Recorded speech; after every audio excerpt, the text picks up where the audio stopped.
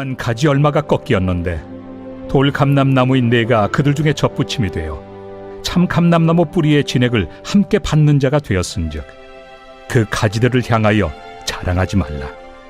자랑할지라도 내가 뿌리를 보존하는 것이 아니요 뿌리가 너를 보존하는 것이니라. 그러면 내 말이 가지들이 꺾인 것은 나로 접붙임을 받게 하려 함이라 하리니 옳도다. 그들은 믿지 아니함으로 꺾이고 너는 믿음으로 섰느니라. 높은 마음을 품지 말고 도리어 두려워하라. 꿈의 교회 성도님들, 오늘도 활기찬 화요일 아침입니다. 연일 계속된 장마와 또 이어지는 폭염으로 혹시 몸과 마음이 지치고 힘들지는 않으신가요? 그럼에도 불구하고 우리를 도와주시고 힘주시고 또 하는 하나님을 의지하며 승리하시기를 소망합니다. 여러분은 자랑할 만한 특기가 무엇인가요? 이것만큼은 내가 다른 사람들보다 더 잘할 수 있어. 이것은 내가 최고야 라고 생각되는 그 무엇인가가 있으신가요? 만약 그것이 있다면 그것은 나를 드러내고 뽐내기 위한 것이 아니라 교회와 또 이웃들을 유익하게 하는 데에 사용해야 할 것입니다. 하나님께서 이스라엘 백성들을 택하시고 또 구원하신 이유는 그들을 통해서 세계를 구원하기 위한 계획이었습니다. 그러나 이스라엘은 하나님의 선택하심에 대해서 지나친 우월감과 또 교만한 마음을 가지고 이방인들을 멀리했고 또 하나님의 복음이 자기들만의 것으로 착각을 했습니다. 그래서 하나님의 크신 계획에 이 정반대로 나아가게 되었습니다. 그런 결과 그들은 실족하여 넘어지게 되었고 실패한 민족이 되었습니다. 그러는 사이에 이 복음이 이방인들에게 흘러갔습니다. 이방인들에게 선포가 되었고 그 결과 구원의 복음이 이방인들에게 이르러 풍성한 구원의 역사를 이루었다고 바울은 오늘 본문에서 언급하고 있습니다. 오늘 이 재미있는 나무의 비유가 하나 나오는데요. 본문 17절에 보면 또한 가지 얼마가 꺾이었는데 돌 감람나무인 내가 그들 중에 접붙임이 되어 참 감람나무 뿌리에 진액을 함께 받는 자가 되었은즉 이라고 했습니다. 이 참 감람나무에 접붙어서 그 뿌리 진액을 받는 돌 감람나무처럼 이방인이 이스라엘의 접붙임이 되었다는 것을 비유로 설명하고 있습니다. 여기에 돌 감람나무는요 이방인을 말하고 있고 또한 지금으로 말하면 우리 자신들을 말하고 있습니다. 그리고 이 참 감람나무 뿌리의 진액을 이스라엘과 함께 받는 자가 되도록 은혜와 은총을 우리에게 허락해 주신 것입니다. 참 감사하고 또 감사할 일이죠. 그런데 또 바울은 주의를 주고 있습니다.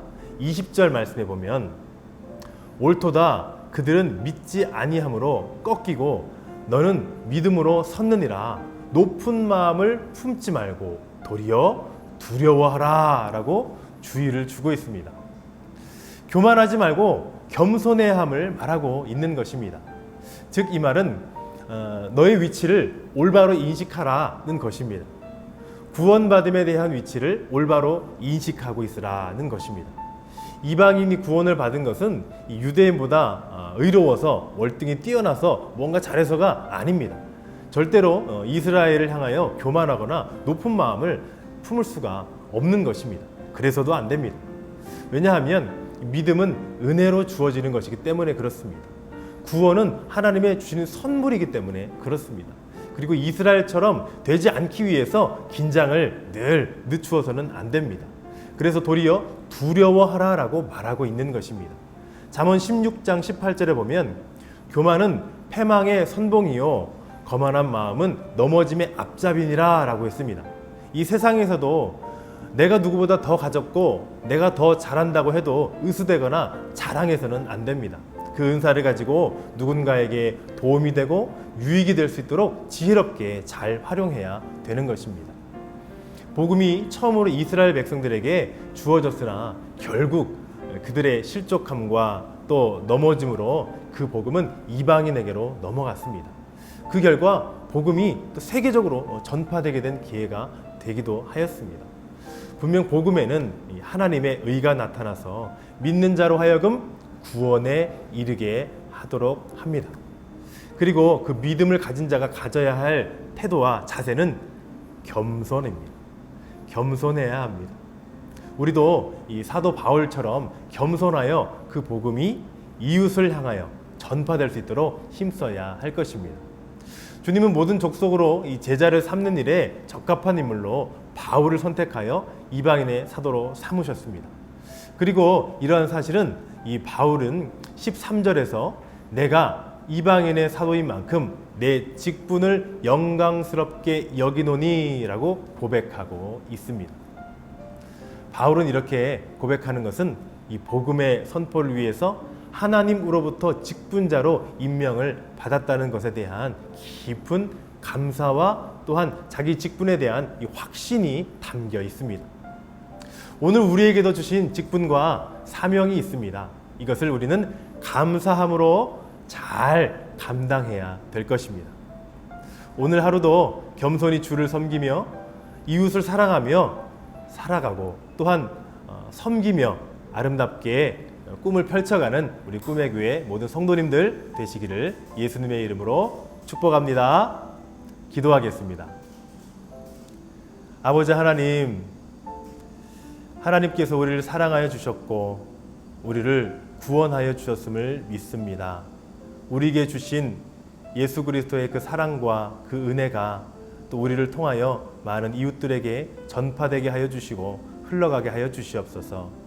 겸손한 마음으로 늘 항상 예수 그리스도의 마음을 품게 하여 주시고 세상에서 어떤 지위나 권세나 가진 것이나 지식에 대한 자랑이 아니라 오직 주님의 마음을 품으며 낮은 마음으로 겸손하게 섬길 수 있는 우리 모두가 되게 하여 주시옵소서. 인도하시고 함께 하실 것을 믿사오며 예수님의 이름으로 기도합니다. 아멘.